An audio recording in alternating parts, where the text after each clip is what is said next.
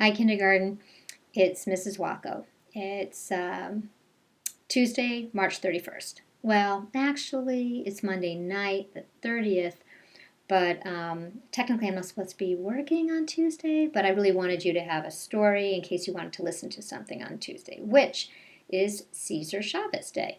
And I believe in your list of things to do, Miss Harmon's got a documentary that you can watch to learn about who Cesar Chavez was and why he is important and why this has become a holiday for a lot of people.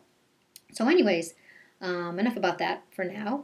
But if you're wondering why the lighting is kind of funny, it's because it's at night and I've got this lamp that's kind of strange, and so it's casting weird shadows.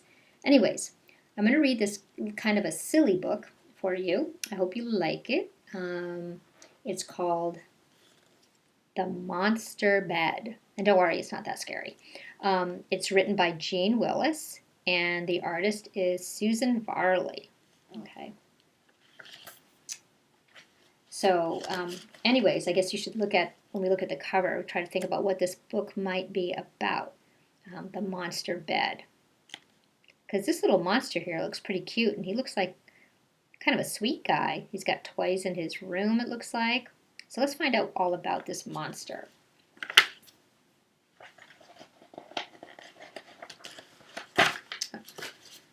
Monster Bed. Okay. It says, never go down to the withering wood. The creatures who live there are up to no good. There are gnomes that are nasty and trolls that are hairy, and even the pixies and fairies are scary.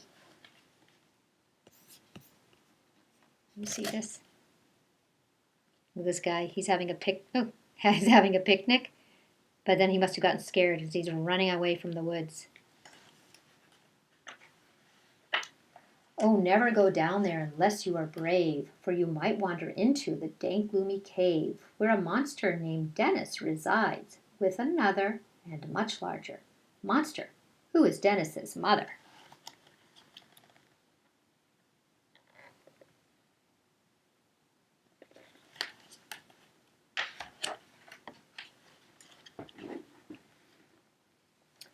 For a monster, young Dennis was very polite. He tried very hard not to bellow and bite. But one night he bellowed, I won't go to bed. I'm frightened, the wee monster said. There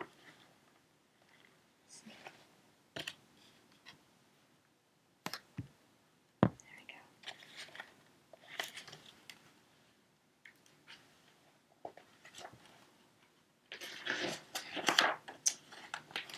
His mother said, why, there's no reason for fright.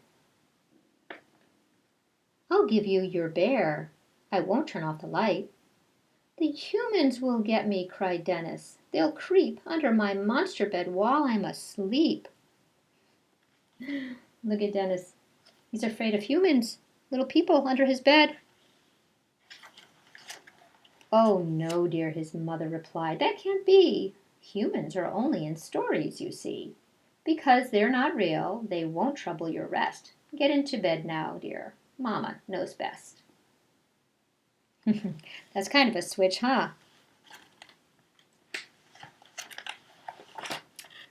But when she bent down to kiss Dennis, he chose to fasten his fangs round her warty old nose.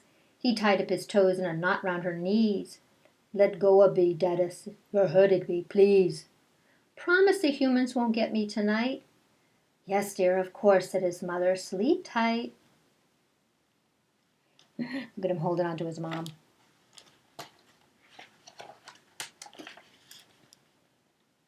He took off his pillows and blankets and said, from now on I plan to sleep under my bed. If I'm underneath and a human comes near, it won't think to look for me, safe under here. That means crawling under bed to hide. So there Dennis lay, staring up at the springs, thinking of birthdays and chocolate and things. Now a bad little boy had played hooky that day and gone into the woods where he'd soon lost his way.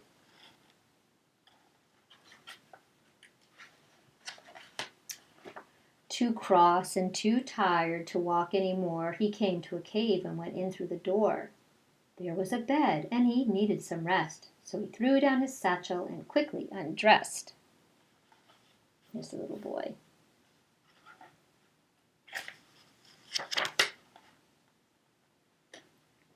But somehow he didn't feel sleepy, he said. If my mother was here, she'd check under the bed, in case there's a monster, or goblin, or elf.